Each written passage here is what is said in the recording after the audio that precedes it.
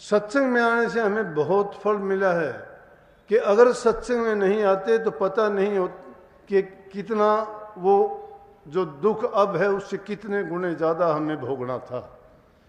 लेकिन उस बात को हम समझ नहीं पाते, हम उस बात को सत्य मानते हैं जो बात हमारे सामने होती है, जो इन आँखों से देख सकते हैं, अपनी बुद्धि से सोच सकते हैं, और हमारे लाभ और स्वार्थ की जो होती है उससे ज़्यादा हम नहीं सोच पाते। लेकिन इससे बाहर अगर जाते, इसको संतों ने वार कहा है।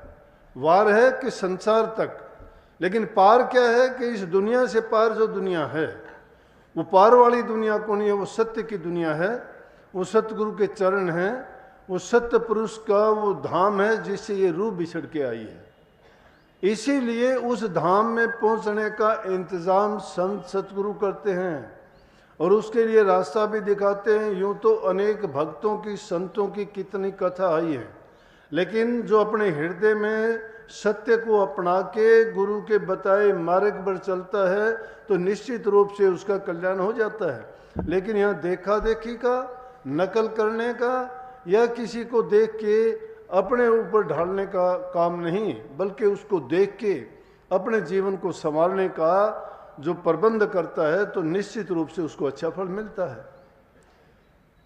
अनेक जितने भी कितने संतों की कितनी साखी हैं, कितने पुराने ज़माने में भगत संत महापुरुष हो गुजरे हैं, उन्होंने दुनियादारों को ये दिखा दिया कि जो सच्चाई के रास्ते पर चले उनको प्रभु ने स्वयं आके दर्शन दिए, उनके कार्य संवारे।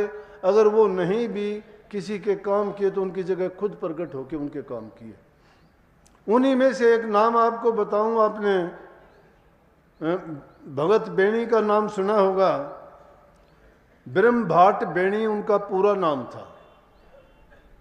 बहुत कम इस तरफ अपनी साइड में जानते हैं, कुछ वाणियाँ उनकी मिलती हैं, लेकिन वो इतने उच्च कोटि के एक गृहस्थी महात्मा हुए कि परमात्मा ने खुद उसको आके दर्शन दिए। जितनी उनकी ज़रूरतें थी खुद उनने जाके पूर्ण की।